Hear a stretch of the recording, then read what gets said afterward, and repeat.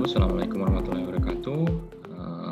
Good afternoon. Please, first of all, introduce myself. My name is Reza Hambali Wilman Abdul Hadi from Telkom University, and today I'm going to present my research about finding lighting balance within ecosystem of Taman Teras CIkapundung.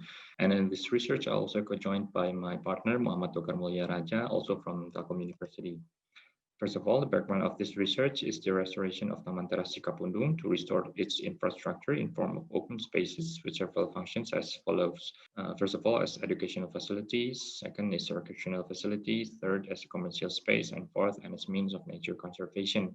For first, second, and third functions has gained successfully because, as we can see, there are lots of people come to this park especially during at night, because of its lighting, which is very interesting. There's question arises whether this lighting is also suitable for nature conservation. A problem that arises in this park caused by activities that function until the night, where lighting is a must for safety and comfort for visitors.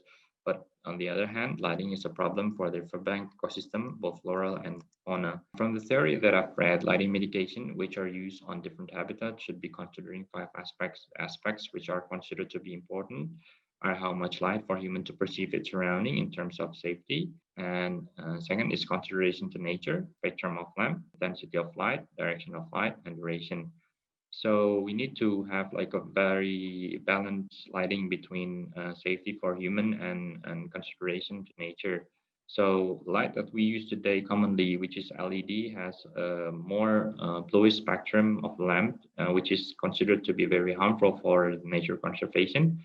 The intensity of light should be enough or low intensity in order to illuminate the appropriate task. To illuminate the trees, we should have like the lowest intensity for its task. And then the direction of light should be controlled so there are no light spill. And the duration, we should turn off the light whenever it's not necessary, especially during nighttime.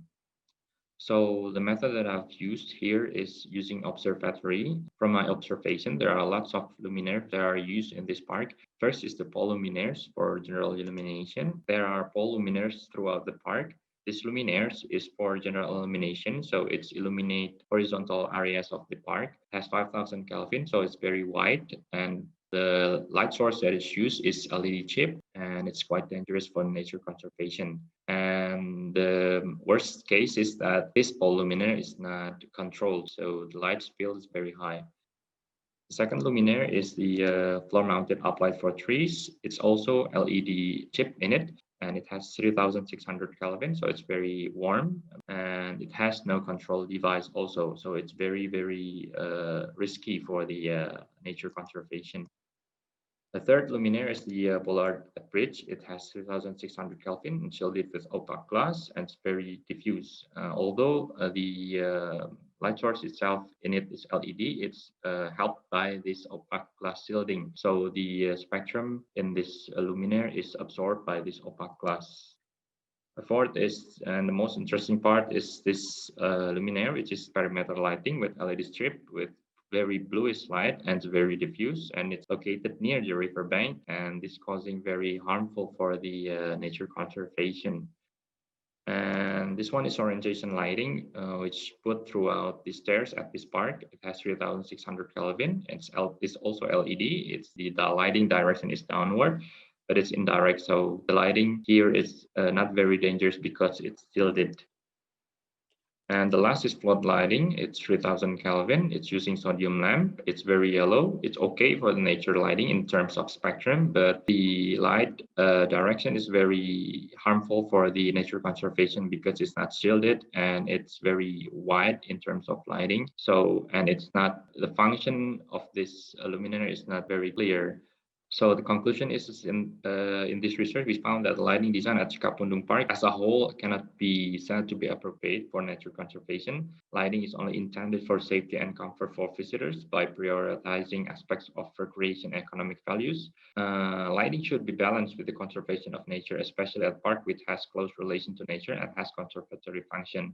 This inappropriate use of lighting distribution, spectrum of choice of lamp, and lack of shielding will become harmful for ecosystem at this park. park. So that's what I gained from my research. And for next phase, maybe you can have the solution for this park to maintain its function as recreational, educational, and also for nature conservation. Thank you for your attention. Good afternoon.